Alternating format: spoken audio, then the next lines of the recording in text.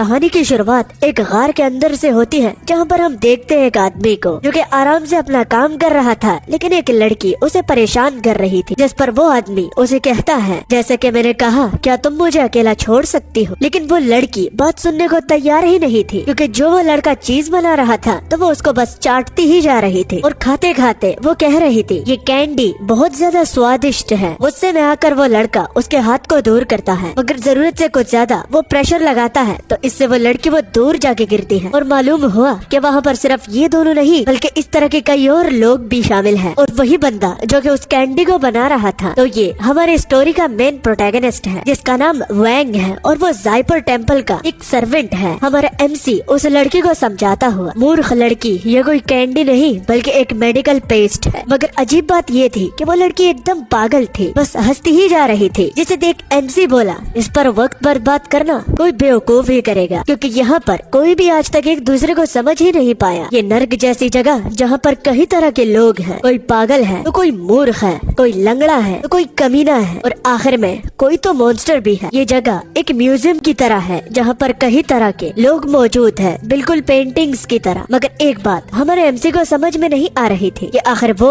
यहाँ पर इन लोगों के साथ क्यों रखा गया है। इसी बीच एमसी को पीछे से आवाज आई, वो पीछे मुड़कर देखा तो वहाँ पर एक बंदा किसी को परेशान कर रहा था, और वो बार बार यही बोलते जा रहा था कि मुझे अपने साथ खेलने दो, जस्ट थोड़ी देर के लिए, तुम डिसअपॉइंट नहीं होगी। तो वो एक व्हाइट बालों वाली लड़की थी, जिस पर एक ठरकी बुड्ढे ने अटैक कर दिया था। और खेलने से तो आप लोगों को अच्छे से समझ में आ गया होगा, और जो नहीं समझा तो वो जाकर पोगो देखे। बाकी लोग भी मदद करने के बजाय उसको देखकर हंसी रहे थे, जैसे कि ये कोई मनोरंजन हो रहा हो। और वो लड़की बेबस होकर आखिरकार रोने लगी। एमसी जो कि ये सब कुछ देख रहा था, तो उसके मन ही मन में एक ही बात दौड़ रही थी, ये सब कुछ फेक है, ये जस्ट एक इल्यूजन है, सब का सब इल्यूजन ही है। मगर वो बर्दाश्त नहीं कर पाया, और देमार जो कि उस चीज से मेडिसिन बना रहा था, सीधा वो उस ठरकी बुड्ढे के सिर पर जाके लगता है, और उसको मारते वक्त एमसी ये बोला कि सब कुछ फैब्रिकेशन है, मतलब कि उसकी सोच से बनी हुई एक दुनिया। मगर वो उसे प्रोटेक्ट क्यों कर रहा है? लड़की को प्रोटेक्ट करने के बाद और उस बंदे को अपने घुटनों पर लाने के बाद वो बंदा बड़ी ही जोर की चीख मारा, और वो हमारे एमसी वैंग को धमकी देता है, मूर्ख बच्चे, क्या तुमको पता नहीं कि मास्टर किस मिजाज के पर्सन है? क्या तुम्हें लगता है तुम ऐसा करके मास्टर के हाथों से बच सकते हो? आज तो तू गया बेटा, वो तुम्हें जिंदा नहीं छोड़ेगा, तुम्हें मार ही डालेगा। जिस पर रिस्पॉन्स में एमसी बोला, आखिर तुम और तुम्हारा मास्टर खुद को समझते क्या है? वो भी तुम्हारी तरह ही ठरकी होगा, या फिर तुमसे भी बदतर। अब ये वाली बात सुनकर वहाँ पर जितने भी लोग थे, तो वो बहुत ज्यादा शॉक हो जाते हैं, और वो वैंग को यही बात दोहराए जा रहे थे, तुम आखिर ऐसा बोलने की हिम्मत भी कैसे कर सकते हो? ये तो छोड़ो, क्या तुम्हें पता है कि तुम्हारे साथ अब क्या होने वाला है? तो तभी पीछे से एक बंदा आया, जो कि ये कहकर, चलो अब मुझे लगता है तुम लोगों की आर्ग्यूमेंट खत्म हो गई होगी, और अब मास्टर दो लोगों को देखना चाहते हैं, इसलिए उस बंदे को वहाँ पर बुलाया गया है, जिसमें से पहला डिसाइपल ली और दूसरा हमारा एमसी वैंग होता है, क्योंकि मास्टर के ऑर्डर से अब उनकी ओर ही जाने वाले हैं, क्योंकि वो उनसे मिलना चाहते हैं। डिसाइपल ली वही लड़की है जिसको एमसी ने दूर धकेल दिया था, और जिस बंदे को वैंग ने मारा था, तो वो अब उसका मजाक उड़ाने लगता है। देखा, मैंने जैसे बोला था, अब तुम्हारे साथ वैसे ही होने वाला है। आज तो तू गया बेटा, आज तेरा आखिरी दिन है। अगर अपना मुंह बंद रखे रखता तो आज ये नौबत न आती। मगर वैंग कुछ ना बोलते हुए सिर्फ गुस्से की नजरों से उसे घूरता है, कि तभी पीछे से वही लड़की वैंग के कपड़ों को पकड़कर उसकी अटेंशन अपनी ओर आकर्षित करती है, और बाद में वो बोली, मुझे बहुत ज्यादा डर लग रहा है, मुझे लगता है कि आपको वहाँ पर नहीं जाना चाहिए। मगर वैंग को किसी बात से भी फर्क नहीं पड़ता कि चाहे कितनी सुंदर लड़की भी उसे रोकने के लिए क्यों ही न तरस रही हो, मगर वो उसका हाथ छुड़ाते हुए उस बंदे को फॉलो करना शुरू कर देता है। और अगर डिसाइपल ली की बात की जाए, तो वो तो हंसते खेलते और झूमते, उसके मुंह पर सिर्फ एक ही अल्फाज थे कि वहाँ पर कैंडी मिल सकती है। तो तीनों उस लड़की की नजरों से दूर भी चले जाते हैं, लेकिन वही व्हाइट बालों वाली लड़की कुछ कर भी नहीं पाती, और तीनों उसके आंखों के नजरों से दूर चले भी जाते हैं। काम करने की जगह से बाहर निकलने के बाद एमसी अपने मन ही मन सिर्फ एक ही बात दोहराता है कि आखिर ये मुझको क्या हो गया है, मैं इन चीजों के लिए इतना ज्यादा गुस्सा क्यों कर रहा हूँ? हालांकि मुझे पता है कि ये सारी चीजें फेक हैं, मगर इतना गुस्सा ये तो मेरी पर्सनैलिटी में भी नहीं था। मेरी पर्सनैलिटी के हिसाब से ये गुस्सा उस टाइम के लिए जायज नहीं था, लेकिन खुद पर मेरा कंट्रोल ही नहीं रहा, और आगे से वो ध्यान रखने का ठान लेता है कि यहाँ पर रहते रहते वो अपनी पर्सनैलिटी को चेंज होता हुआ नहीं देख सकता, और वो इस बात को स्लाइड करता हुआ, वो भी जस्ट ये बोलकर, शायद मैं जज्बाती हो गया और बस मैंने खाना नहीं खाया था, इस वजह से मैं खुद पर काबू खो दिया। चलो अब सबसे पहले खुद को काम डाउन करते हैं। वो खुद को शांत कर रहा था कि ली जिसके हाथ में पत्थर था तो वो बार बार उसको मारते ही जा रहा था, वो भी उसके कंधे पर। भला आखिरकार गुस्सा होकर वो पूछने लगा, आखिर तुम्हारा मसला क्या है, तुम ये क्या करने की कोशिश कर रहे हो? तो डिसाइपल ली एक क्रीपी सी स्माइल देती हुई, क्या तुम कैंडी खाना पसंद करोगे? मैं तुम्हारे लिए ही लाई हूँ। तो उसके लिए वो उस कैंडी को एक्सेप्ट कर लेता है ताकि बाद में वो उसे और परेशान ना करे। और ली हंसती हुई कि मास्टर तो काफी अच्छे हैं ना, क्योंकि मास्टर हमें कैंडी देते हैं। चलते चलते वो मास्टर की जगह पर बहुत करीब आ चुके थे और वहाँ का पूरा एटमॉस्फेयर ही चेंज हो गया। ऐसा लग रहा था जैसे कि खून हर जगह पर पेंट किया गया है, बस लाल ही लाल सब कुछ दिखाई दे रहा था। और जब पैनल के जरिए से हम और वैंग देखते हैं तो वो एक बहुत बड़ा मटका था जिसके नीचे इतनी तेज आग लगी थी जो कि नर्क के शोलों की तरह थी। और डिसाइपल ली और वैंग उसके अगली ओर ही जा रहे थे। उसके अगली ओर वहाँ पर आखिरकार उस मास्टर को भी देख लेते हैं जो कि बैठकर कुछ बना रहा था, वो भी एक बहुत बड़े टूल के जरिए से। बाकी लोग जो के छोटे मटकों में उस अजीब से दिखने वाली चीज को बना रहे थे तो मास्टर के पास सबसे बड़ा था। पहुंचते ही डिसाइपल ली मास्टर को ग्रीटिंग्स पेश करती है और अपने डिसाइपल्स को अपने पास आता हुआ देख मास्टर बोले, मेरे प्यारे डिसाइपल्स, आखिरकार तुम यहाँ पर पहुँच ही गए। मगर वो कंटिन्यूसली उसी चीज को ही बना रहा था और जब उसने अपना मुंह मोड़ा तो वो किसी राक्षस से कम नहीं दिखता था। बहुत ही अजीब किस्म का इंसान जो कि बाद में अपने डिसाइपल्स को ये कहकर, तुम लोगों ने मुझे बहुत वेट करवाया है, बहुत ज्यादा वेट। क्या तुम्हें पता है मास्टर कब से वेट कर रहे थे? तो वो एकदम से छलांग लगा देता है और बिल्कुल उनके ऊपर ही था और पलक झपकाते ही वो डिसाइपल ली के पीछे आ जाता है और लैंड करता है, जो कि देख एमसी के पैरों तले जमीन खिसक गई क्योंकि वो खौफनाक मास्टर डिसाइपल ली को पीछे से एक धक्का देता है। जैसे डिसाइपल ली उछलती हुई उसे मटके में जाकर गिरती है और मास्टर ये देखकर बहुत पागलों की तरह हंसना शुरू कर देते हैं। एक तो उनका चेहरा इतना डरावना है और ये हंसी ये बहुत ज्यादा क्रीपी है। और जब मास्टर उछलते ही अपनी जगह पर वापस आ जाते हैं तो वो चैंटिंग पढ़ना शुरू कर देते हैं। वो दरअसल डिसाइपल ली को एक सैक्रिफाइस बनाना चाहते थे। और एक डार्क बात बताऊं, ये जो पेस्ट ये सारे लोग मिलकर बना रहे थे तो ये इंसानों से ही बनाए जाते हैं। मगर जहाँ तक डिसाइपल ली की बात है, वो मटके में बैठकर एंजॉय कर रही थी और वो कह रही थी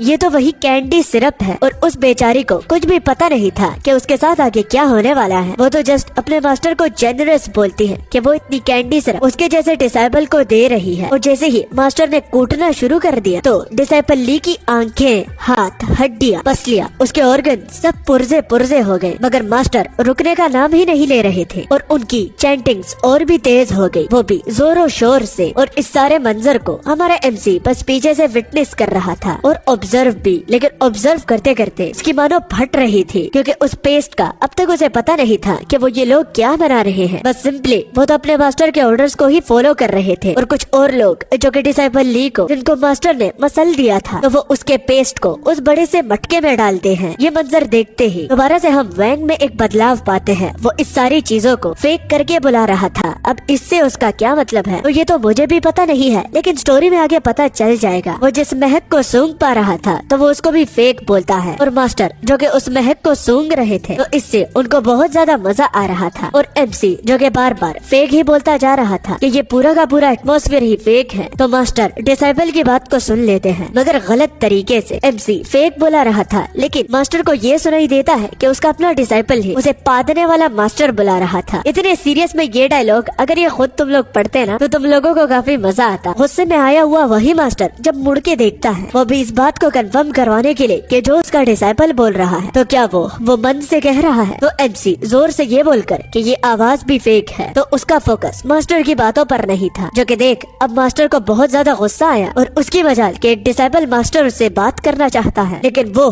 फेक करता जा रहा है। तो वो तो अब मरेगा बिल्कुल पहले वाले डिसाइपल की तरह। मगर वैंग के मुंह पर फेक जारी रहता है, वो रुकता नहीं और पता नहीं कुछ सेकंड्स में वो कितनी बार बोल देता है। और जो ही मास्टर उसे टच करने वाले थे तो मास्टर उसी स्प्लिट सेकंड में रुक जाते हैं और उनको समझ में नहीं आ रही थी कि वैंग आखिर कहाँ चला गया। मानो वैंग उनकी आंखों के सामने गायब हो रहा था, वो भी बार बार फेक कहते हुए और अपनी आंख को बंद बंद रखे हुए उसने काफी जोर दिया था, लेकिन जब वो अपनी आंखें खोलता है तो वो खुद को एक कम्प्लीटली चेंज जगह पर पाता है। वो एक मॉडर्न जमाना था, लेकिन वो हॉस्पिटल में काफी बुरी स्टेट में था और उसे बांधा भी गया था जैसे कि वो एक टेस्ट सब्जेक्ट हो। मगर इसे भी देख, जो फेक वो बुला रहा था, तो अब उसका फेक कहना बंद हो जाता है। बस मशीन की बीपिंग ही उसे सुनाई दे रही थी, जो कि उसके हार्ट बीट को काउंट कर रही थी सेकंड बाय सेकंड। तो अब मानो या ना मानो, लेकिन हमारी ये पूरी स्टोरी एक अलग सा मोड़ ले लेती है। हमें इतना तो पता चल चुका है कि वो एक हॉस्पिटल में है और कोई उसे ली करके बुला रहा था कि ली बेटा,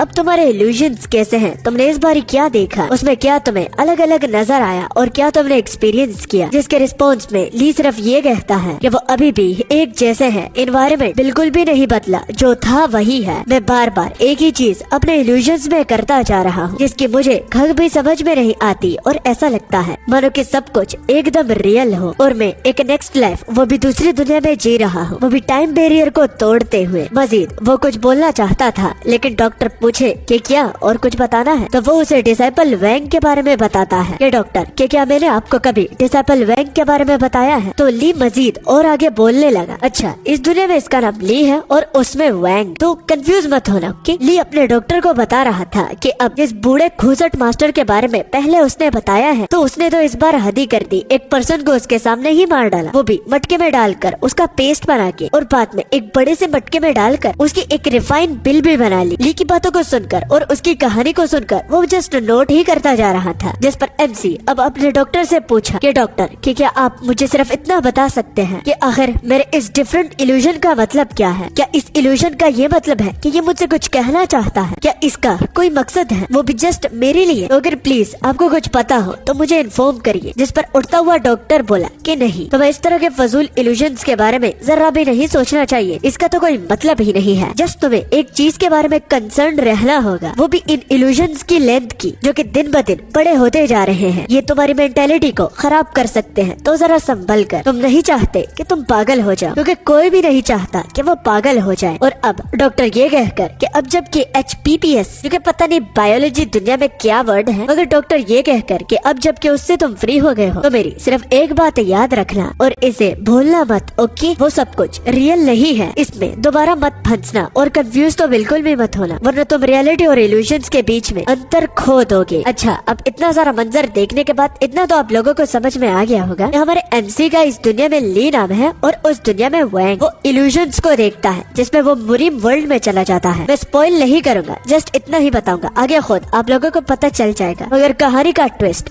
बहुत तगड़ा है। डॉक्टर जैसे ही गेट तक पहुंच गया तो उनको एक बात याद आ जाती है, जिसमें वो वैंग को गाइड करते हैं, ये चाहे कुछ भी हो जाए, तुम इल्यूजन्स जितनी बार भी देखो और जितनी बार भी तुम इल्यूजन्स में कुछ ना कुछ करो, तो जो वहाँ का प्लॉट है तो उसी के हिसाब से चलना, खुद से कुछ मत करना। अच्छा, इस बात को हमेशा याद रखना, फ्लो में बस जैसे स्टोरी चल रही है तो उसको फॉलो करना है, और अगर इसी तरह ही तुम करते रहे तो तुम इस हॉस्पिटल से बहुत ही जल्द डिस्चार्ज हो जाओगे, वो भी एज सून एज पॉसिबल। ये कहकर वहाँ से डॉक्टर चला तो गया, लेकिन एक सुंदर सी लड़की आ जाती है, जो कि आते ही एक खुशखबरी को सुनती है, वो भी ली के डिस्चार्ज होने की। और वो बोली, सुना क्या तुमने सुना डॉक्टर ने क्या कहा? और जब हमारा ली उस लड़की की आवाज की ओर देखता है, तो अब हम उस लड़की को पूरा A to Z देखते हैं कि वो कैसी दिखती है। मगर वो लड़की ली को ये बताती है कि डॉक्टर जैसा कह रहे हैं तो बिल्कुल वैसा ही करना होगा, ओबीडियंट रहना, ओके? खुद से कुछ मत करना। तो ये उसकी चाइल्डहुड फ्रेंड है, जिसका नाम यांग नीना है। नीना को देखकर मानो ली के होश उड़ जाते हैं और उसके आसपास का एटमॉस्फेयर ही पूरी तरह से चेंज हो गया, और इसमें वो उसको ये कहना भूल गया कि वो बैठ भी सकती है। तो उसके परमिशन के बगैर ही वो उस सीट पर बैठ गई, और जब वो अपने बालों को सेट कर रही थी तो वो सामने देखती है, और सामने देखते ही उसके मुंह से सिर्फ 2 वर्ड से निकले, बहुत भद्दा। क्या तुम्हें दिख रहा है कि तुम कितने भद्दे तरीके से स्माइल कर रहे हो? बाप रे, ठरकी बुड्ढे से कम नहीं लग रहे। तो ली नीना को देखकर बहुत मुस्कुरा रहा था, और मानो वो एकदम पूकी बन जाता है और अपनी सारी बीमारियों के बारे में वो भूल गया। मगर नीना उसे हंसते से रोकते हुए, ज्यादा हंसो मत, तुम्हारे लिए कुछ लाई हूँ। तो वो अपने बैग से कुछ किताबें निकालती है। टाटा,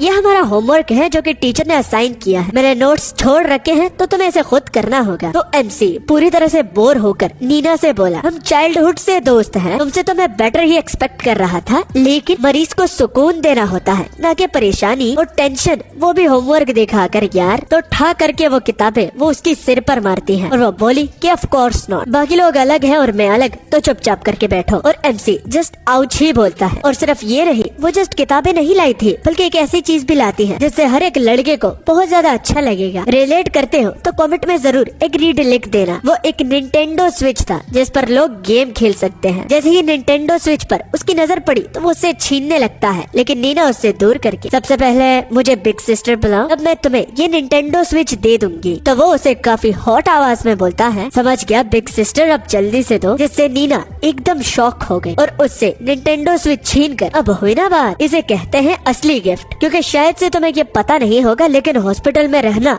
बाप रे इतना बोरिंग है कि मैं तुम्हें क्या बताऊं। बहुत अच्छा किया कि इस निंटेंडो स्विच को मेरे पास ले आए। इसमें अब मेरे हॉस्पिटल के दिन काफी आराम से गुजरेंगे। इवन अगर मुझे लोग क्रेजी कहते हैं और मैं उसी वजह से सफोकेट यानी कि घुटन में महसूस कर रहा हूँ, तो ये उसको भगाने में मेरी मदद कर देगी। हो सकता है निंटेंडो स्विच से इल्यूजन आना भी बंद हो जाए। मगर नीना ये कहकर कि इसके अलावा काम भी करना है, ओके, होमवर्क भी भूलना मत, तुमने मुझसे वादा किया था। तो एमसी को याद आ जाता है और वो निंटेंडो स्विच को साइड करके कि उसे एक और बात भी याद आई है, तो वो नीना के करीब जाकर उसके साथ अपना माथा जैसे ही टच करता है, वो बोला मुझे याद आया कि हमने वादा किया था कि हम सेम कॉलेज में जाएंगे। तो वो उसको गले लगाकर ये बोला कि मैं जल्दी रिकवर करूंगा, मेरे लिए प्रे करना, हम साथ में कॉलेज जाएंगे, जस्ट वेट करना नीना, बहुत मजा आने वाला है। लेकिन कम वक्त ये इल्यूजन खत्म होने का नाम ही नहीं ले रहे। जिसके रिस्पॉन्स पे नीना ये बोली, फिक्र मत करो बुद्धू, मैं तुम्हारा वेट कर रही हूँ, जल्दी ठीक होना, ओके।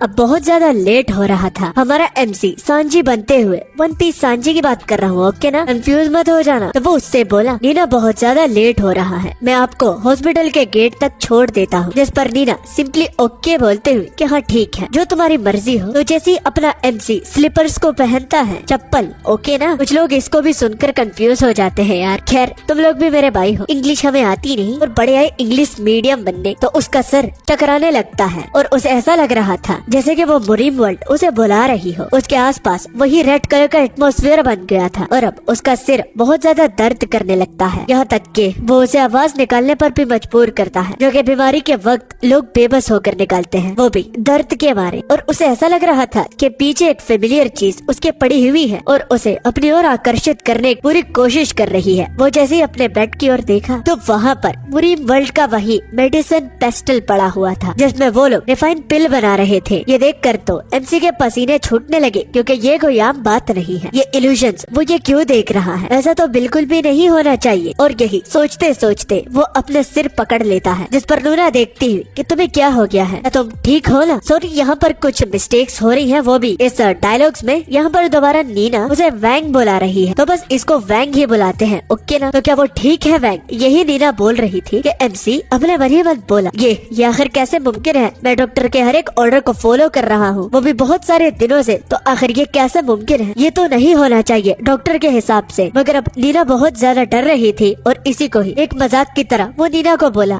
हाँ डराया कि नहीं, जरूर पता ना तेरा प्रैंक कैसा लगा, एकदम तगड़ा था ना, डर गई ना। तो नीना को बहुत ज्यादा गुस्सा आ जाता है और वो बोली, इसी तरह ही मजाक करना है तो मैं खुद ही चली जाऊंगी। और वो गुस्से में अपना मुंह मोड़ लेती है और वो बोली कि इस तरह की बच्चों की हरकत करना बंद करो, ओके ना, बड़े आए मुझे डराने वाले, हट, मैं तुमसे बात नहीं करूंगी। वो गुस्से में हमारे एमसी को वहाँ पर छोड़कर जाने लगती है। एमसी उसे रोकने की कोशिश करता है, लेकिन रोकने का उसके पास कोई वजह नहीं थी। मगर जब वो पीछे देखा दोबारा उसी जगह पर जहाँ पर उसे मेडिसिन पेस्टल देखने को मिला था, वो भी मुरी वर्ल्ड का, तो वहाँ पर कुछ भी नहीं था। और अब वो ऐसा समझने लगता है कि ये एक गलत फहमी है, शायद वो इसके बारे में कुछ ज्यादा ही सोच रहा है उस वजह से। तो वो नीना के पीछे भागने लगता है कि नीना मेरा वेट करो, मैं आ रहा हूँ यार। तो दोबारा से हम उस टेबल पर कुछ खड़बड़ी देखते हैं, जैसे कि दो बैरियर आपस में क्लैश कर रहे हो और टाइमलाइन को चेंज करने की पूरी कोशिश हो रही है, दो डायमेंशन को एक साथ जोड़ने का क्रैक। बिल्कुल वैसा ही सीन। हॉस्पिटल के वो बाहर भी आ जाते हैं, लेकिन नीना का गुस्सा अब तक शांत नहीं हुआ होता और एमसी उसे यही बोलता ही जा रहा था, ये क्या है यार नीना, अब तक तुम गुस्सा हो, कम हो ना,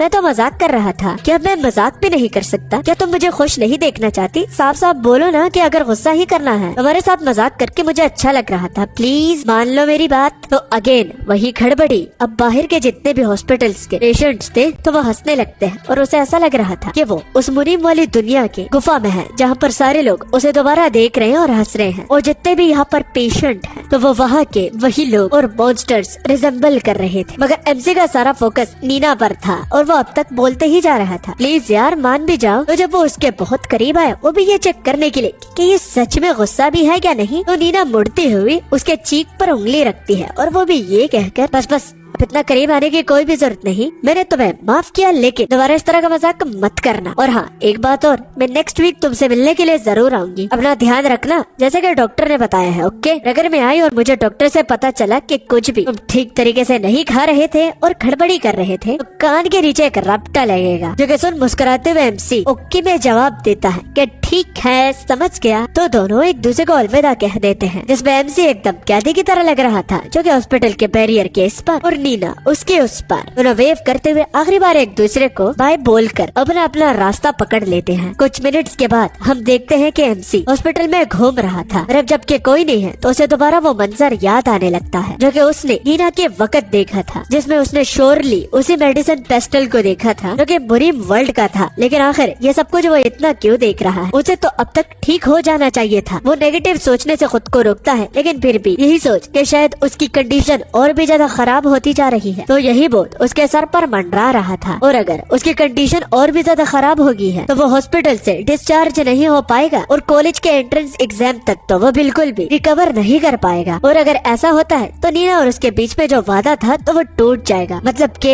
एमसी उसे पूरा नहीं कर पाएगा। वो भी सेम एक यूनिवर्सिटी में नीना के साथ जाना और सेम कॉलेज में दाखिला भी लेना। मगर दोबारा पॉजिटिव सोचते हुए खुद को तसल्ली देते हुए एमसी ये बोला, मुझे ज्यादा फिक्र नहीं करनी चाहिए क्योंकि doctor one of the best है, वो जरूर मेरे केस को जल्द से जल्द ठीक कर देंगे, मुझे विश्वास है। मगर फिर भी ये बातें और ये इल्यूजन्स उसे बहुत ज्यादा तंग कर रहे थे और तंग होते हुए वो अपने दोनों हाथ उठाता हुआ ये कितना ज्यादा अनोइंग है, तो उसे अपनी पॉकेट में कुछ फील होता है जैसे वहाँ पर कुछ था, उसके पॉकेट में कुछ ना कुछ तो है, लेकिन आखिर वो क्या हो सकता है। तो जैसे ही उसने अपने पॉकेट से वही चीज निकाली तो बाप रे ये वही मुनीम वर्ल्ड की कैंडी थी, वो भी ह्यूमन कैंडी जो कि डिसाइपल ली ने मास्टर से मिलते वक्त उसे दे दी थी और एमसी ने उसे एक्सेप्ट कर लिया था। ये देख एमसी के तोते उड़ गए और वो बोला, माँ की आंख, ये कैंडी सिर्फ ये तो उस सीनियर ने उसे दी थी, लेकिन ये यहाँ पर क्या कर रही है? क्या हेलुसिनेशन से जो भी चीज मैं अपने साथ लेकर आता हूँ और एक्सेप्ट करता हूँ तो वो रियल वर्ल्ड में मेरे साथ ही होगी, हेलुसिनेशन रियलिटी में बदल जाएगी। तो वो उस ह्यूमन सिरप को छकने भी लगता है जो कि वाकई में बहुत ज्यादा स्वीट थी, मगर वो बहुत ज्यादा डर जाता है और वो बोला कि अब मुझे डॉक्टर को ये बात जल्द से जल्द बता देनी चाहिए कि वो हेलुसिनेशन वाली चीजों को रियलिटी में भी ला सकता है। लेकिन एक मिनट वो खुद को रोक कर कि अगर ये सब कुछ सच है तो ऐसी बहुत सारी ऐसी चीजें हैं जिसको वो उस मुनीम वर्ल्ड यानी कि अपने हेलुसिनेशन की दुनिया से रियलिटी में ला सकता है।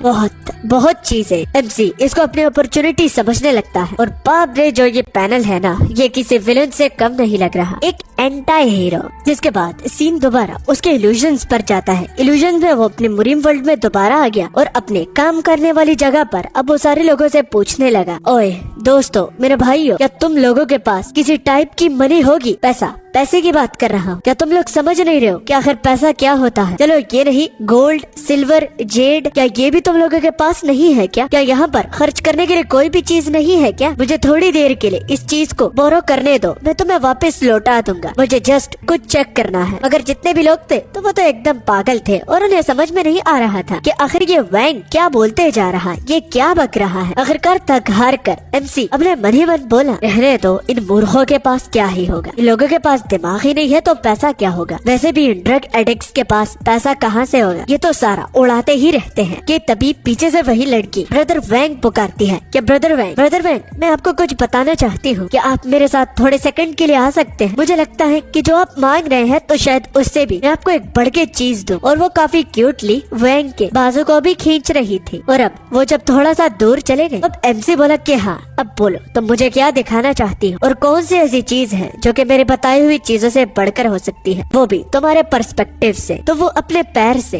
काड़ा बाहर निकालती है, जिसको वो ये कहकर कि ये शायद आपकी उस बताई हुई चीजों से ज्यादा कीमती होगा ना, और अगर नहीं है तो आपको जो चीज चाहिए तो वो शायद मेरे पास है और यही है। उम्मीद है मैं आपकी हेल्प कर पाई होगी। उस काड़े को तो एमसी ले लेता है, मगर वो बहुत ज्यादा थिन था, यानी कि पतला था, मगर वो काफी ज्यादा भारी भी है। मगर फिर भी ये सोना ही है, चाहे वो जिस एंगल से भी देखे। और जब वो व्हाइट बालों वाली लड़की बोली क्या ये ठीक है भी या नहीं, तो सिंपली एमसी उसे अपने जेब में डालता हुआ कि ये बहुत अच्छा है, यकीन करो या ना करो लेकिन बहुत अच्छा, इससे बहुत काम हो जाएगा मेरा। इसको मैं थोड़ी देर के लिए बोरो कर रहा हूँ और बाद में जब मैं इससे अपना काम ले लूंगा तो मैं तुमको ये लौटा भी दूंगा, मेरा वादा है, ओके ना। और इसके बदले वो उस लड़के को एक कैंडी कैन दे देता है जो कि बहुत ज्यादा अच्छा है और ये खाया भी जा सकता है। जिस पर वो व्हाइट बालों वाली लड़की एमसी को थैंक यू बोलती है कि ब्रदर वैंग आपका बहुत बहुत बहुत शुक्रिया। बाकी के लोग भी उन दोनों की ओर देख रहे थे, मगर उनको बहुत ज्यादा डिसअपॉइंटमेंट हो रही थी और वो कहने लगे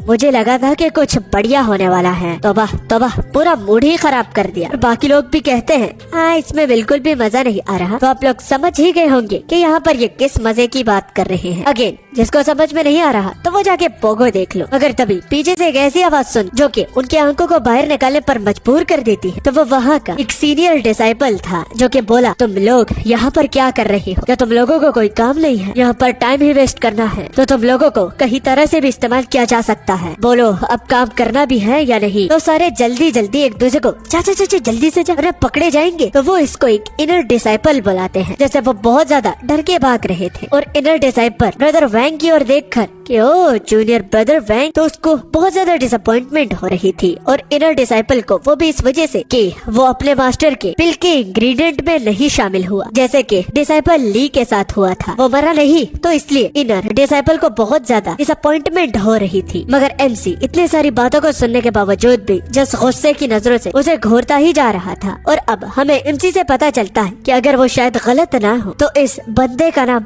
युआन येंग है। मगर युआन हमारे एमसी को ये बोलकर चलो तुम बिल तो नहीं बने, लेकिन तुम बिल बनाने में मदद कर सकते हो तो जल्दी से काम पे लग जाओ, वरना यहीं पर ही मौत के घाट उतार दूंगा अगर तुम उनके मेडिसिन में काम नहीं आए। तो खैर अगर मैं तुम्हारी शिकायत करूंगा, अगर तुम ठीक तरीके से काम नहीं करते हो तो वो तुम्हारी चमड़ी को ही उधेड़ देंगे। उसकी बातों से ज्यादा उसके जेट जो कि उसके पास था, तो उस पर हमारे एमसी की नजर थी। उस जेट पेंडेंट की ओर देखकर वो समझ तो गया कि ये एक एंटीक है और अब वो स्माइल करने भी लगा और वो बोलता है वो जेट पेंडेंट बहुत ज्यादा मस्त लग रहा है और वो बाद में ये कहकर वो मेरा ही होगा, मेरा, और इसको कोई भी नहीं छीनेगा। तो इसी में ही 3 बज जाते हैं युआन येंग के घर के बाहर। मगर उसके घर से बाहर युआन नहीं बल्कि हमारा एमसी निकलता है जो कि ये कहकर डैम, मुझे लगा नहीं था कि ये चीजें इतनी स्मूथली जाएगी। शुक्र है युआन अपने केव में नहीं था, इसलिए जो मैं करने के लिए आया था तो वो एकदम स्मूथली गया। तो वो उस जेट को कम्प्लीटली चुरा चुका था और ये कहकर कि अगर मैं इसको बाहर ले जाऊँ और बेचूं तो क्या ये मेरे पास रियलिटी में आ भी जाएगा या नहीं? चलो देखते हैं, किस्मत आजमाते हैं। हो सकता है इस एंटीक को मैं बाहर ले जाकर बेच भी दूं, वो भी अच्छे और बड़े दाम में। मगर एमसी इतना बुरा भी नहीं होता। अगर वो ये चोरी कर रहा तो वो नीना के लिए है, क्योंकि नीना की ट्यूशन फीस जो है वो भी उसकी कॉलेज ट्यूशन फीस, तो वो उसको भरने में मदद कर सकती है। और वो झूमते गाते हुए जब वापस जा रहा था तो वो जे डिपेंडेंट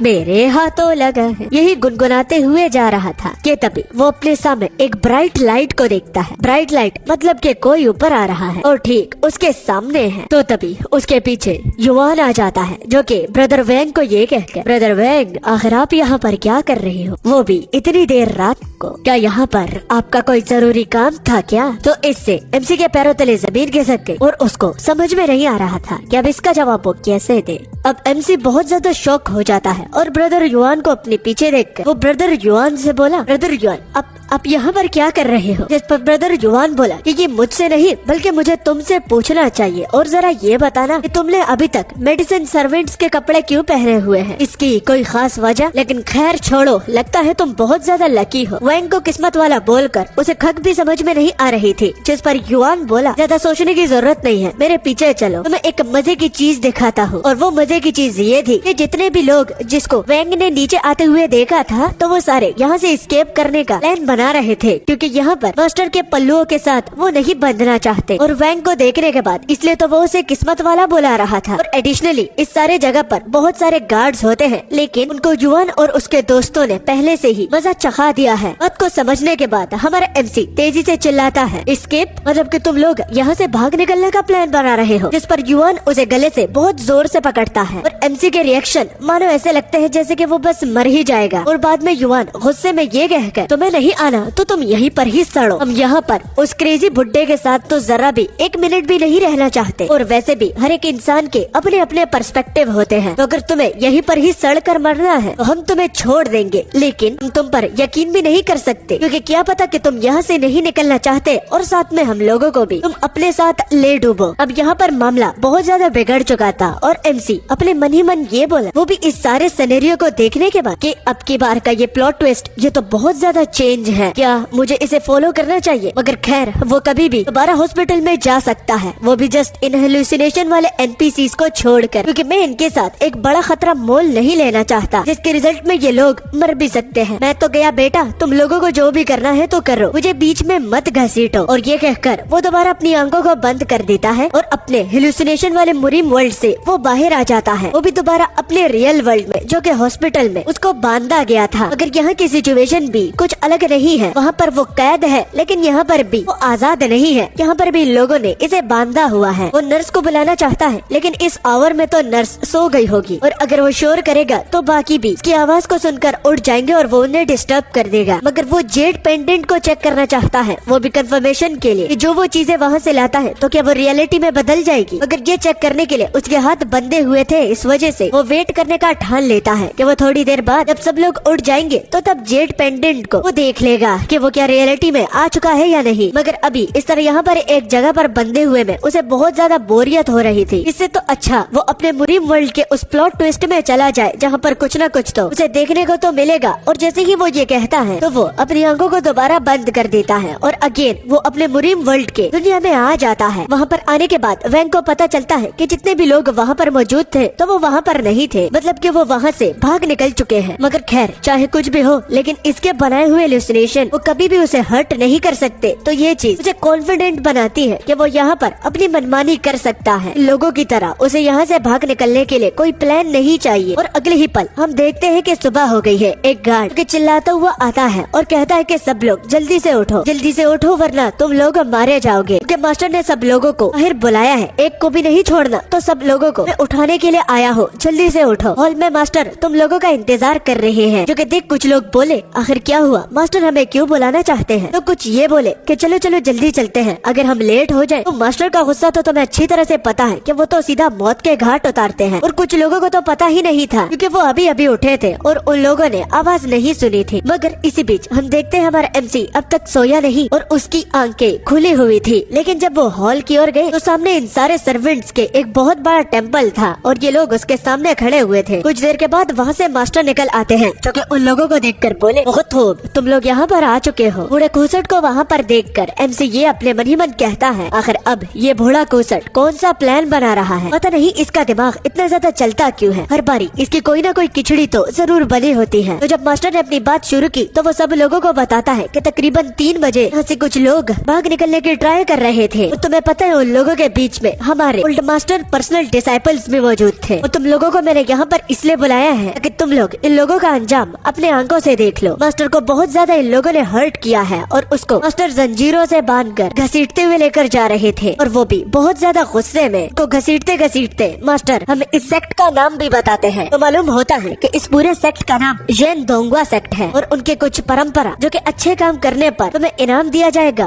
और बुरे काम करने पर तुम्हें पनिशमेंट। अगर तुम इन दोनों रूल्स को फॉलो करते हो तो तुम जैन दोंगवा सेक्ट को ज्वाइन कर सकते हो। और बदकिस्मती से हम युआन को भी वहाँ पर देखते हैं जो कि उन लोगों के साथ बंधा हुआ था। और युआन हमारे एमसी को देखकर कुछ कहने को जा रहा था, लेकिन उसके मुंह पर पट्टी लगी हुई थी। इस वजह से एमसी उसे देखकर अपने मन ही मन बोला, पता नहीं रात को क्या बोल रहा था, यहाँ से भाग निकलेंगे। तुम इतनी जल्दी पकड़े गए, पैथेटिक। शुक्र है मैंने तुम लोगों को फॉलो नहीं किया, वरना तुम लोगों की तरह मेरा भी अंजाम होता। और अब उन लोगों की पनिशमेंट की बारी आ जाती है। मास्टर उनको पकड़कर उछाल देता है, वो भी सामने की ओर, और कुछ चैंटिंग्स को पढ़कर वो नीचे का बहुत बड़ा गड्ढा खोद देता है, जिसमें वो उन सारे लोगों को डाल देता है, वो भी उनको मरने के लिए। और ये देखकर एमसी अपने मन ही मन दोबारा बोलता है, हेलुसिनेशंस बस हेलुसिनेशंस ही होती है, और रियल लाइफ कभी भी नहीं हो सकती। ये मास्टर, ये सारे के सारे लोग, ये तुम अपने हेलुसिनेशन से ही बना रहे हो, तो तुम्हें ज्यादा सोचने की कोई भी जरूरत नहीं, क्योंकि तुम इन्हें कभी भी कंट्रोल कर सकते हो, क्योंकि अफ्रेड होना तुम पर लागू नहीं होता। वो खुद को तसल्ली दे रहा था कि पीछे बहुत तेज आवाज उसे सुनाई दी। पता चलता है कि मास्टर ने किसी और बंदे को भी मार डाला था, वो भी अपनी टेक्निक की मदद से, जो कि बहुत घिनौनी थी। लेकिन ये घिनौनी चीज इसको देखकर एमसी के तोते उड़ गए, क्योंकि अब तक वो इसे हेलुसिनेशन बार बार बुला रहा था जिसको उसने बनाया है, मगर उसे ये याद नहीं है कि उसने हेलुसिनेशन में मास्टर को ये टेक्निक दी थी। क्या ये एक ऐसी हेलुसिनेशन है जो कि खुद ब खुद बनाई गई है? लेकिन ये नहीं हो सकता, क्योंकि बनाने वाला हमारा एमसी वैंग है। और अब उसे शक होने लगा था कि क्या कहीं ये हेलुसिनेशन से बनाई हुई चीजें उसे हर्ट कर सकती है। अब तो उसके पैरों तले जमीन घिसक गई थी, क्योंकि ये उसे कभी भी फेस करना नहीं पड़ा, और न ही कभी उसने अपनी जिंदगी में भी ये एक्सपेक्ट किया था कि जो वो चीजें बनाएगा तो वो उस पर ही भारी हो जाएगी, यहाँ तक कि वो उसे मारने तक भी उसके खिलाफ इस्तेमाल की जा सकती है। तो अब सवाल ये उठता है कि क्या युवान सोकर जिसको ये हेलुसिनेशन बोल रहा है, तो क्या ये सच में हेलुसिनेशन ही है या फिर एक अलग ही दुनिया जहाँ पर वो जिंदा है? मगर एक दूसरा सवाल ये भी उठता है कि अगर वो वहाँ पर मरता है तो क्या वो रियल वर्ल्ड में मारा जाएगा, या फिर उसके हेलुसिनेशन ही खत्म हो जाएंगे?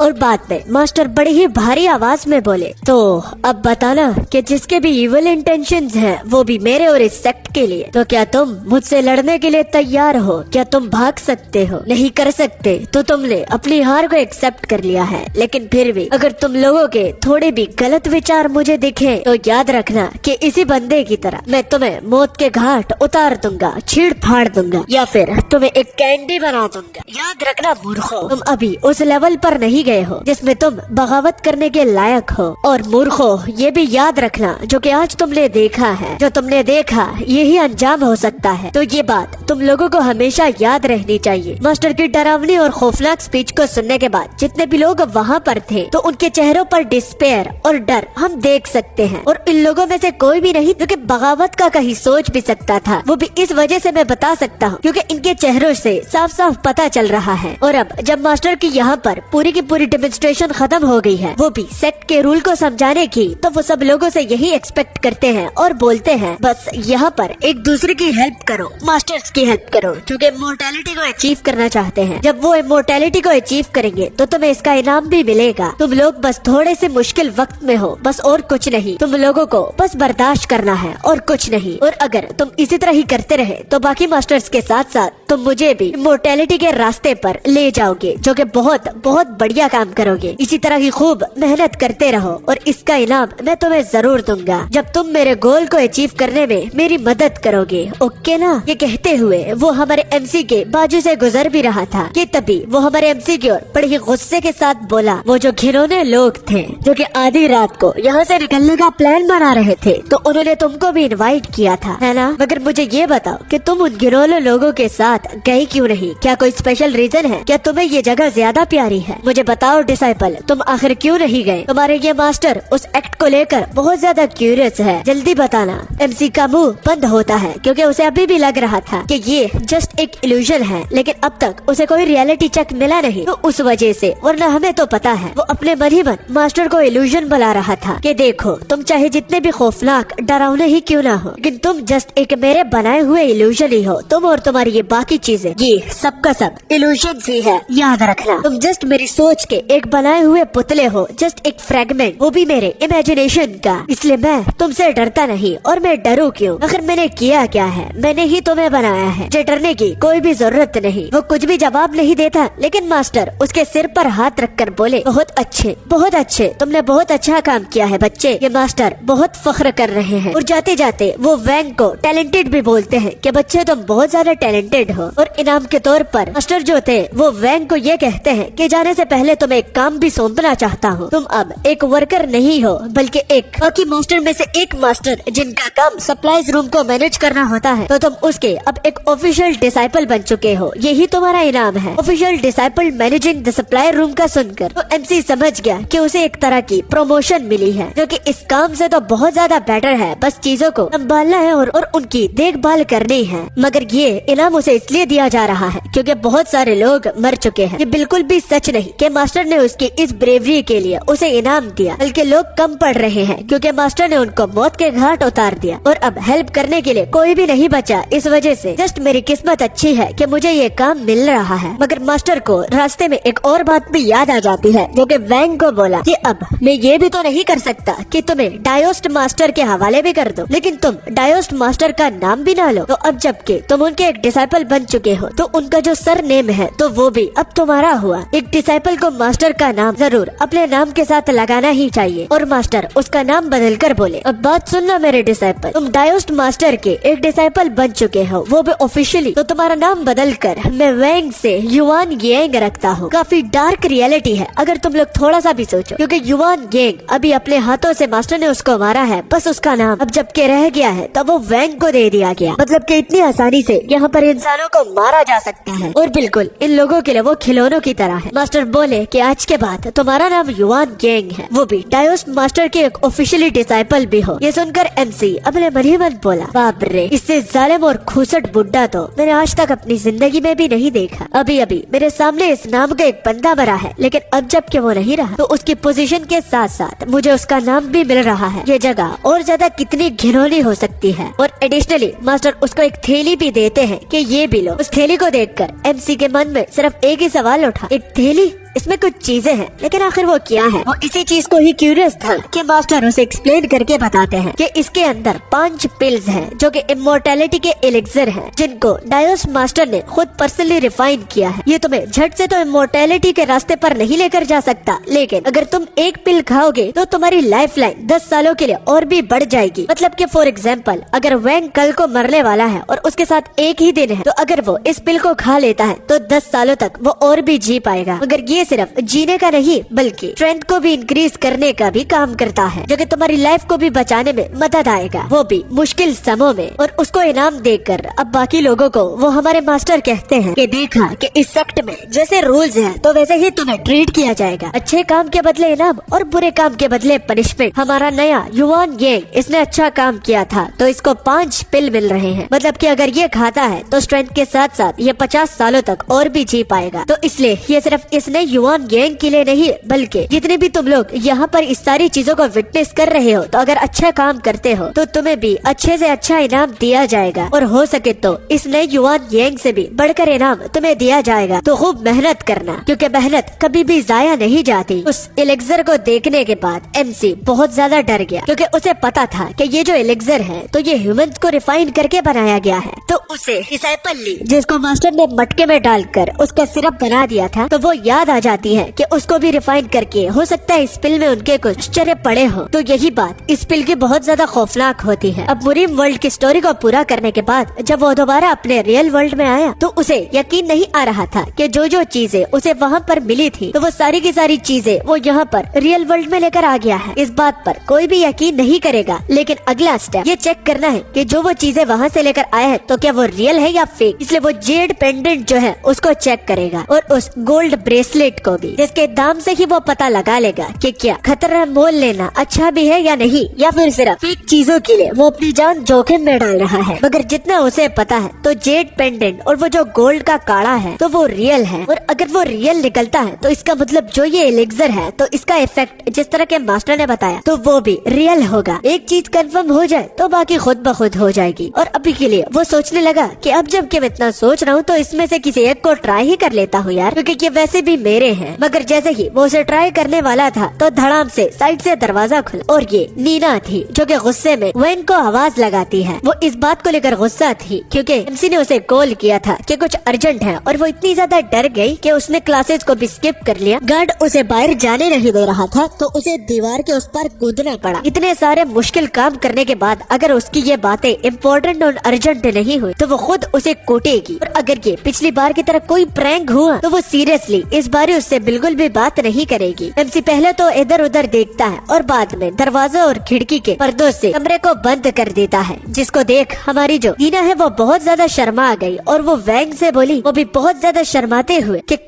कर्टन्स और दरवाजे को बंद करने से कुछ भी नहीं होगा, क्योंकि यहाँ पर एक कैमरा लगा हुआ है, तुम क्या करने की सोच रहे हो, और वो हमको सुन भी सकते हैं। नर्स अभी भी हमको सुन रही होगी। वो एकदम टमाटर की तरह लाल हो गई थी और जो वो बोली कि नर्स उन्हें देख रही है तो वो स्पीकर के थ्रू हंस रही थी, जिस पर नर्स उन्हें चिढ़ाती हुई कि चलो अब तुम्हें हम नहीं सुन सकते यार, जो करना है जल्दी जल्दी करो। वो नीना के सामने शायद उस जेड पेंडेंट को ले जाता है, मगर नर्स को बोलकर कि हमें परेशान करना बंद कर दीजिए, क्या आपको प्राइवेसी का पता नहीं कि पर्सनल प्राइवेसी क्या होती है? हम पर अटेंशन देने से अच्छा आप अपने काम पर दे जिसमें आप सबसे पीछे जा रही हैं। तो वो जेड पेंडेंट ही था, जिसे देख नीना बोली कि ये आखिर क्या है, जिसके रिस्पॉन्स में एमसी बोला, कुछ भी मत बोलना, बस अपना कान इधर लाओ और जो मैं बता रहा हूँ तो रिएक्ट मत करना, जस्ट सुनना। तो वो सारी बातें नीना को बता देता है और जब कुछ दिनों के बाद सीन आता है तो एमसी अपने मन ही मन बोला कि इवन उसके पेरेंट्स जो है वो उस पर विश्वास नहीं कर रहे। उन सब लोगों को लगता है कि वो क्रेजी है, मगर सिर्फ नीना ही मेरी एक ओनली सेवियर है जो कि मेरी बात पर यकीन करेगी, और वही है जो कि मुझ जैसे पागल बंदे की भी बात सुनने को तैयार है। और वो उम्मीद लगाता है कि नीना उसकी बात को जरूर सुनेगी भी और उस पर यकीन भी करेगी। इतनी एक्सपेक्टेशन एमसी को अपने नीना से थी। जिसके बाद हम देखते हैं उसी स्पीकर को, जिससे वही नर्स दोबारा हमारे मेन प्रोटैगनिस्ट को बोल रही थी कि उसकी गर्लफ्रेंड उससे मिलने के लिए दोबारा आई है, जिस पर वैंग बहुत ज्यादा खुश हुआ और मालूम होता है कि वो उसी का ही इंतजार कर रहा था और गर्लफ्रेंड से नर्स का मतलब नीना ही थी। वो मुस्कुराते हुए जैसे ही दरवाजा खोलता है और बाहर जाता है, हम पैनल में देखते हैं 3 गार्ड्स को जो कि वैंग की ओर ही बढ़ रहे थे और ऐसा लग रहा था कि वो वैंग से ही मिलने के लिए ही जा रहे हैं, मगर वो इतनी तेजी से वैंग के सामने से गुजर जाते हैं जैसे कि कोई हवा का झोंका। अब उस गार्ड का नाम जाओ होता है, जिससे वैंग पूछा कि मास्टर जाओ, यहाँ पर ये क्या हो रहा है, क्या कुछ हुआ है क्या, क्योंकि देखने से लग रहा है कि कुछ इमरजेंसी है इसलिए आप इतनी तेजी से जा रहे हो। जिस पर जाओ वैंग को देखकर बोले, हाँ एक इमरजेंसी तो है, इसलिए मैं चाहता हूँ कि अपने डोर को तुम जितनी जल्दी हो सके तो बंद करो और बाहर तो बिल्कुल भी कैजुअली मत आना जब तक ये मामला थम ना जाए। वो बड़े ही सीरियस अंदाज में बोला, वो भी टोपी को पकड़ते हुए, अगर बाद में ये कहकर कि अगर तुम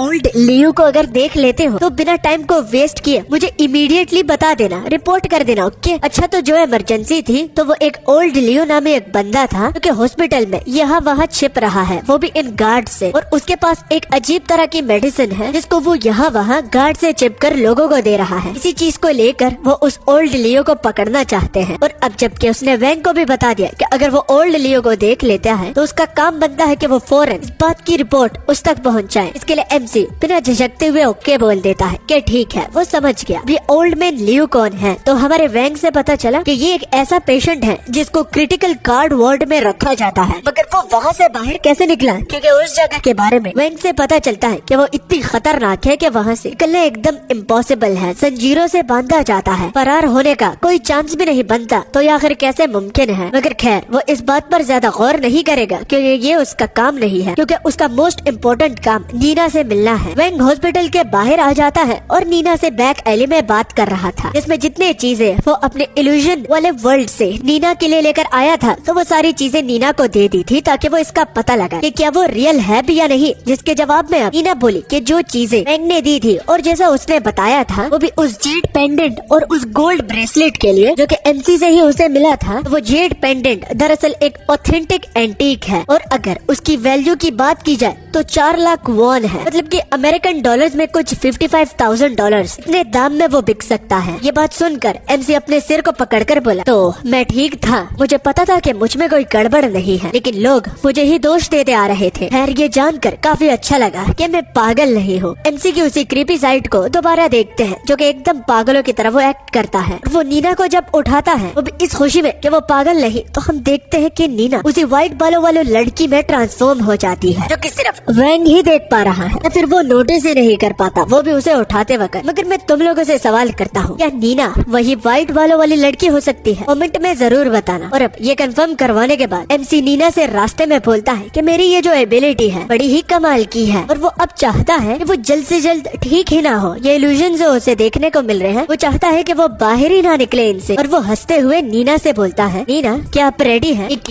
यंग रिच इन्फ्लुएंसर बनने के लिए? जिस पर नीना उसे पंच देती हुई कि क्या लिटिल रिच की बात कर रहे हो बुद्धू कहीं के, बकवास करना बंद करो। जिसके रिस्पॉन्स में हमारा MC सिर्फ आउच ही बोलता है। मगर एक लंबी सी सांस लेती हुई नीना ये भी बोली कि उसको वैंग का पैसा नहीं चाहिए, बस इससे ज्यादा उसे वैंग की हेल्थ की फिक्र हो रही है कि इस तरह की एबिलिटी उसकी हेल्थ पर बहुत ज्यादा असर डाल सकती है। और वो वैंग से बोली कि मुझसे वादा करो कि तुम इसे ट्रीट करना नहीं छोड़ोगे, वो भी सिर्फ पैसों के लालच के लिए, और अपने मेडिसिन उसी तरह ही खाओगे जैसे कि पहले तुम इसे क्योर करने के लिए खाते थे। और अगर वो ऐसा नहीं करता तो वो भी उसकी मदद नहीं करेगी। क्योंकि सुन, हमारा MC बोला ठीक है मैं वादा करता हूँ और शुक्रिया मेरी इतनी फिक्र करने के लिए। और तभी पीछे वही ओल्ड मैन लियो आ जाता है, जो कि नीना को वैंग के सामने ही ले जाता है। और वैंग रिएक्ट करने में देर कर देता है। आप लोगों को ये मंजर देखकर कुछ याद आया? कमेंट में जरूर बताना, ओके ना? ये सीन आपने पहले भी देखा होगा। ओल्ड मैन लियो ने नीना को पकड़ा हुआ था। MC उसे देख बहुत ज्यादा गुस्सा हुआ और उसे कहने लगा कि इसे छोड़ दो, वो उसकी दोस्त है, उसे छोड़ दो जल्द से जल्द। और अभी के अभी उसकी ओर भागता है, मगर कोई चीज ओल्ड मैन लियो उसकी ओर फेंक देता है, जो कि उसके माथे पर सीधा जाकर लगता है और उससे बहुत ज्यादा खून निकलने लगा। और वो खून निकलने की वजह से अपना बैलेंस खो दिया और वो गिर गया। और बस बेबस की तरह उस ओल्ड मैन लियो की ओर देखकर बस यही अपने साथ मम्बलिंग कर रहा था। दोबारा MC स्टैंड नहीं लगने वाला मेरे दोस्त।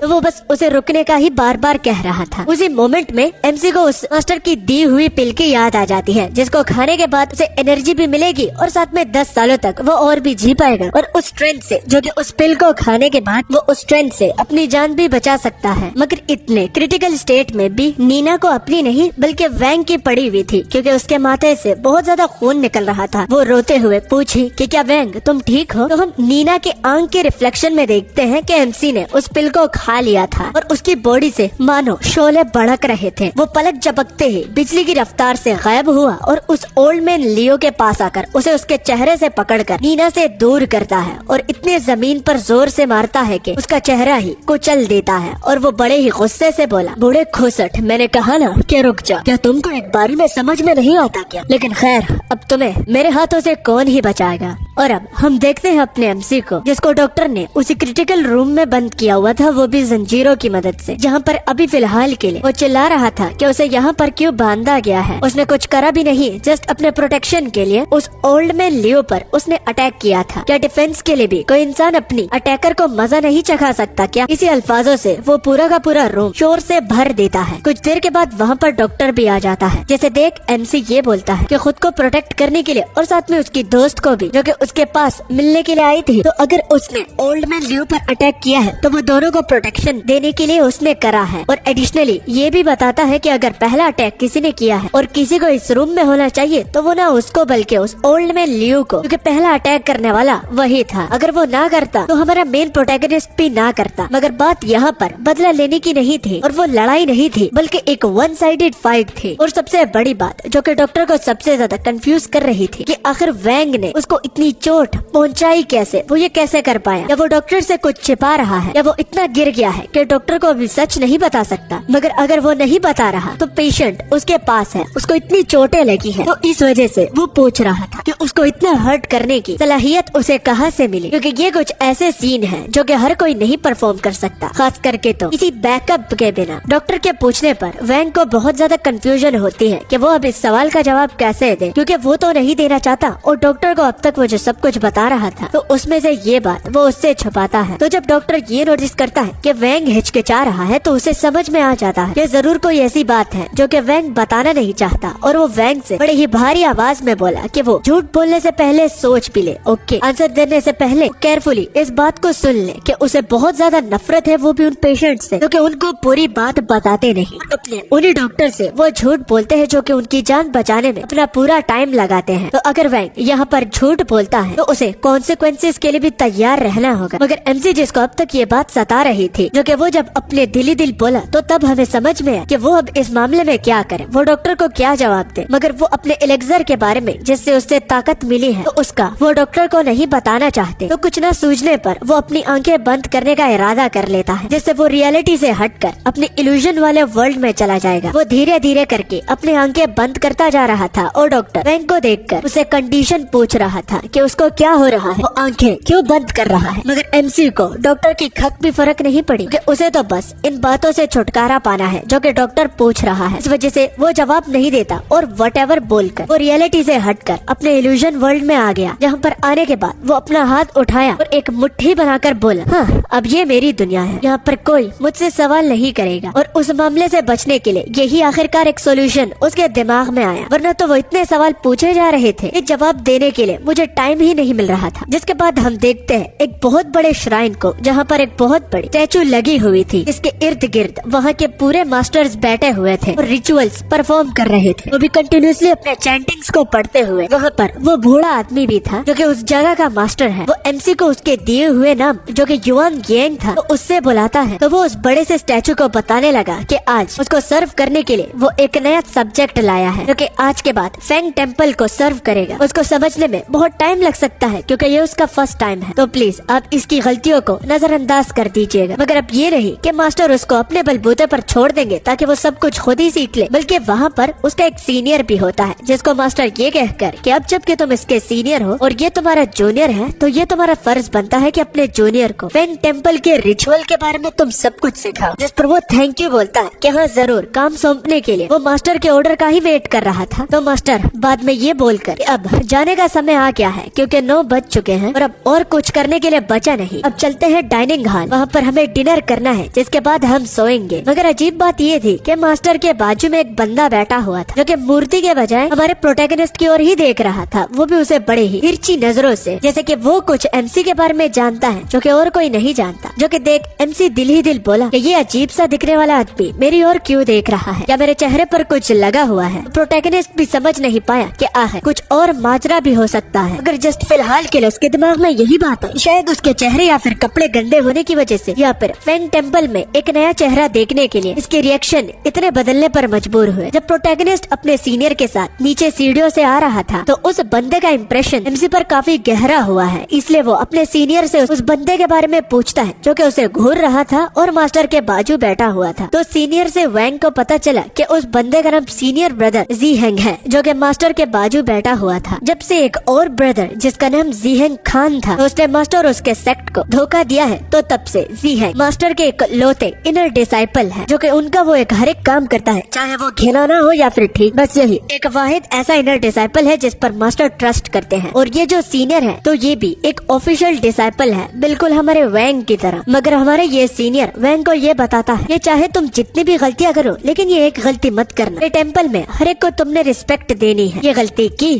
तो मास्टर तुम्हें खुद अपने हाथों से मार डालेंगे। वो अच्छे भी हैं लेकिन रिस्पेक्ट के मामले में उनसे बदतर और कोई भी नहीं हो सकता। वैंग अपने सीनियर से बोला कि वो अभी अभी अपने मास्टर का डिसाइपल बना है तो इसलिए वो सीनियर को थैंक यू बोलता है, वो उसे सब कुछ बताने के लिए जो कि उसे समझ में नहीं आ रहा, और एडिशनली उसे और कुछ भी जानना है, वो भी उन सब कामों पर जो कि उससे पहले यहाँ पर इनर डिसाइपल और ऑफिशियल डिसाइपल करते आ रहे हैं। सीनियर ब्रदर वैंग को ये बताते हुए इस बात को कोई भी नजरअंदाज नहीं कर सकता कि मास्टर ने तुम्हें ऑफिशियली अपना डिसाइपल तो मान लिया है, मगर उसने तुम्हें सप्लाई रूम का इंचार्ज बनाया है, वो भी उसको मैनेज करने के लिए। इसलिए अगर तुम एक डिसाइपल हो तो अब भी तुम्हारा और मास्टर का इतना गहरा कनेक्शन नहीं बना। फिलहाल के लिए एक ऑफिशियल डिसाइपल होने के नाते उसे मैनेज करने के लिए जस्ट एक रूम दिया गया है, तो उनका ऑफिशियली डिसाइपल बनने के लिए उसके लिए बहुत मेहनत बची है, क्योंकि मास्टर अपने डिसाइपल को वेज ऑफ इमोर्टैलिटी भी सिखाते हैं जो कि अभी के लिए वो वैंग को तो नहीं सिखाना चाहते। वेज ऑफ इमोर्टैलिटी का सुनकर एमसी बड़ा ही क्यूरियस हुआ और वो अपने सीनियर से पूछने लगा कि क्या जो उन्होंने बात की है तो क्या वो सच है कि मास्टर उसको वेज ऑफ इमोर्टैलिटी सिखाएंगे। तो रिस्पॉन्स में वैंग को हाँ सुनने को मिलता है, मगर इसमें एक ट्विस्ट है कि वो सिर्फ इनर डिसाइपल जैसे जीहेंग को ही मास्टर सिखाना चाहते हैं क्योंकि इन पर ही उनका सबसे ज्यादा ट्रस्ट है। तो अभी के लिए तो वो इस मोर्टेलिटी को सीखने के बारे में भूल ही जाए, क्योंकि जैसा सीनियर ब्रदर ने कहा तो बहुत टाइम लग सकता है। मगर तब भी एमसी अपने दिल ही दिल बोला कि एक इमोर्टल बनना, वो भी इस जगह पर, ये सबसे बहुत अच्छी चीज है, वो भी सीखने के लिए, तो वो जरूर इसे सीखेगा, चाहे इसके लिए उसे अपने मास्टर के गंदे तलवे भी चाटने क्यों ना पड़े, उसे और लड़ना होगा और पैसे कलेक्ट करना होगा जिसको वो अपने साथ बाहर ले जा सके। तभी सीन शिफ्ट हुआ और फेंग टेम्पल के एल्केमी रूम में आया, जहाँ पर मास्टर अपनी पावर की मदद से उन पिल्स को तैयार कर रहे थे, वो भी अपने बड़े से मटके में। और बहुत सारे लोग इस सारे सिनेरियो को विटनेस कर रहे थे। रिजल्ट में वो बहुत कुछ बनाते हैं जिससे मास्टर खुश हो जाते हैं। और ये देखने के बाद एमसी अपने दिल ही दिल ये बोला, मैं सिर्फ यहाँ पर पैसों को लेकर सोच रहा था, लेकिन यहाँ पर उससे तो बहुत बड़े खजाने हैं। अगर ये वो अपने साथ रियल वर्ल्ड में ले जाता है तो पता नहीं कौन सी आफत आ जाएगी। वो बहुत कम सोच रहा था अपनी इस एबिलिटी को लेकर, लेकिन वो बहुत कुछ कर सकता है अपनी इस एबिलिटी की मदद से। तभी मास्टर वैंग का नेम ले लेते हैं, जिसके लिए उनके पास एक ऑलरेडी जॉब पड़ी हुई है और ये उसका फर्स्ट टास्क होने वाला है। एमसी उनके इंस्ट्रक्शन सुनने के लिए तैयार हो जाता है, क्योंकि मास्टर का दिल जीतने के लिए वो कुछ भी करेगा। तो मास्टर उसे ये बोले कि जैसे कि तुम्हें सप्लाई रूम का इंचार्ज बनाया गया है, तो मैं चाहता हूँ तुम जाओ और वहाँ पर तुम एक हर्बल प्राइमेयर लेकर आओ, जिसको तुम मिया के नाम से जानते हो। उसका पूरा नाम बाइलिंग मियाओ होता है। अब ये कौन है तो ये तो आगे ही पता चलेगा। अब मामला बहुत ज्यादा खतरनाक हो गया, क्योंकि जिस बाइलिंग मियाओ की वो बात कर रहे हैं, तो वो दरअसल वही व्हाइट बालों वाली लड़की है, जो कि देख अब एमसी को समझ में नहीं आ रहा था कि क्या उसे ये काम करना चाहिए भी या नहीं। उसे ज्यादा सोचते हुए देख मास्टर गुस्से में ये कंफर्म करवाते हैं कि क्या उसको उसकी बात समझ में आई या नहीं। तो उसके साथ अब यहाँ से बच निकलने का और चारा नहीं था, तो वो अपने वर्ल्ड जाने का ठान लेता है और आंखें बंद करके वो अपने रियल वर्ल्ड में वापस आ जाता है। यहाँ पर जो ही उसकी आंखें खुल रही थी तो उसे अपनी मदर की आवाज सुनाई दी, और अगले ही पल डॉक्टर के साथ उसकी मदर भी वहाँ पर मौजूद थी। अपने बेटे के सिर पर पट्टी को देखते हुए उसकी माँ बोली कि तुम्हें ज्यादा दर्द तो नहीं हो रहा। इस पर वैंग ये कंफर्म करवाता है कि उनको ज्यादा सोचने की जरूरत नहीं, दर्द नहीं हो रहा, मगर जिस तरह उसके बेटे की हालत थी वो इतना ज्यादा पतला हो गया था, तो वो उसके लिए कुछ खाने को भी लाई है, क्योंकि उसे पता था कि हॉस्पिटल में इसको अच्छे से खाना नहीं दिया जा रहा। वो अपने बेटे की फेवरेट कैंडी भी लेकर आई है, जिसको वो अपने हाथों से खिला रही थी। मगर एमजी को इस बात की टेंशन हो रही, क्योंकि वो अपनी मदर को जानता है कि वो इतनी आसानी से इस बात को जाने नहीं देगी। इसलिए वो ये बोला कि उस बात को जल्दी से निपटा कर वो यहाँ पर उसके साथ मिलने के लिए आए। वो रेयरली ही विजिट करती है, तो इस वजह से वो अपनी माँ के साथ टाइम स्पेंड करना चाहता है। उसकी माँ समझ गई और कहती है कि ठीक है। वो उठ गया तो ये अच्छी बात हुई, वरना तो वो उन लोगों की सही मरम्मत करती अगर डॉक्टर से वहाँ पर ले जाते, क्योंकि उस ओल्ड मैन लियो की फैमिली वहाँ पर उनका इंतजार कर रही है, क्योंकि वो वैंग की मदर से मिलना चाहती है। अब जाने का वक्त आ गया है। डॉक्टर हमारे मेन प्रोटैगनिस्ट की मदर को मिसेस सन बुलाती हुई कि ओल्ड मैन लियो की फैमिली आपका कब से वेट कर रही है, तो चलो चलते हैं। लेकिन अभी भी कुछ ऐसा था जो कि अपने बेटे को बताना वो जरूरी समझ रही थी। तो एमसी समझ गया कि यहाँ पर उसकी मदर उनकी खूब मरम्मत करने वाली है। वो बताने लगा कि उसने भी फाइट बैक की। तो ये सारा का सारा स्टोरी डॉक्टर ऑलरेडी ही बता चुका है, और वो फिक्र ना करे, उसकी मदर यहाँ से सब कुछ हैंडल कर देगी। और अब वो जा रही है तो डॉक्टर जैसा उसे बता रहे हैं तो उसको वैसा ही करना होगा। ओके। जाते हुए वो दोबारा अपनी मदर को आवाज लगाता है, लेकिन मदर बहुत ज्यादा गुस्से में थी और ऐसा लग रहा था कि उनकी तो शामत आ गई। और एमसी समझ गया कि उसकी मदर उन लोगों को खूब डांटने वाली है। अचानक से उसकी कॉन्शियसनेस दोबारा जाने लगी, और अब इसका मतलब कि वो दोबारा ड्रीम वर्ल्ड में जा रहा है। लेकिन ये वो खुद नहीं, बल्कि क्रिटिकल कंडीशन होने की वजह से वो खुद ब खुद जा रहा है। डॉक्टर और मदर को उठते ही अपने आंखों के सामने देखकर एमसी इस बारे में भी भूल गया कि उसको ड्रीम वर्ल्ड के प्लॉट ट्विस्ट को हैंडल करने के लिए एक प्लान भी चाहिए था, लेकिन वो तो सारा मदर को समझाने में ही चला गया। सोचने के पास उसके साथ ज्यादा वक्त नहीं था। और तभी जब मुरीम वर्ल्ड में वो पहुंच गया और उसकी आंखें खुली, तो मास्टर अब तक खड़े हुए थे, जो कि बोल रहे थे, बहुत खूब, मुझे ऐसा लग रहा था कि तुम नहीं उठने वाले, तो तुम्हें सिरप के तौर पर इस्तेमाल करता। मास्टर को कंफर्म करवाने के लिए कि डिसाइपल उठ चुका है, तो एमसी उठते हुए अपने दिल ही दिल ये बोला कि उम्मीद करता हूँ कि मेरे उठने के बाद वो जो मैटर था, वो भी बाइलिंग मियाओ को लाने का, वो सॉर्ट आउट हो चुका होगा। अगर मास्टर तो एमसी को उसके मुंह से पकड़कर कुछ जबरदस्ती खिलाना चाहते थे, एक ऐसी घिनौनी चीज जिसका एमसी को कोई भी इल्म नहीं था, जबरदस्ती वो चीज उसके मुंह में ठूस देता है। वो इतनी घिनौनी चीज थी कि एमसी सोचने पर मजबूर हो गया कि ये बंदा क्या पागलों वाली चीज उसे खिला रहा है। वो ऑक्टोपस के टेंटिकल्स लग रहे थे, और यही ऑक्टोपस के टेंटिकल्स, अगर आप लोगों को याद हो तो मास्टर ने उन घुसपैठियों को जो कि यहाँ से बाहर निकलने की कोशिश में थे, तो उनको जब उन्होंने खड्डे में डाला, तो बाद में एक पर्सन को इसी टेंटिकल्स की मदद से चीर फाड़ दिया। मास्टर अपने डिसाइपल को यही बोलता जा रहा था, बहुत खूब, इसी तरह अपना मुंह खोलो। अगर तुम ब्लैक ताइस्यू को अंदर नहीं जाने दोगे तो ये काम कैसे करेगा। अच्छा, तो इन अजीब से टेंटिकल्स का नाम ब्लैक ताइस्यू होता है, जिसका हमें इसके अगले पार्ट में पता चलेगा। तो तब तक के लिए अलविदा, टाटा एंड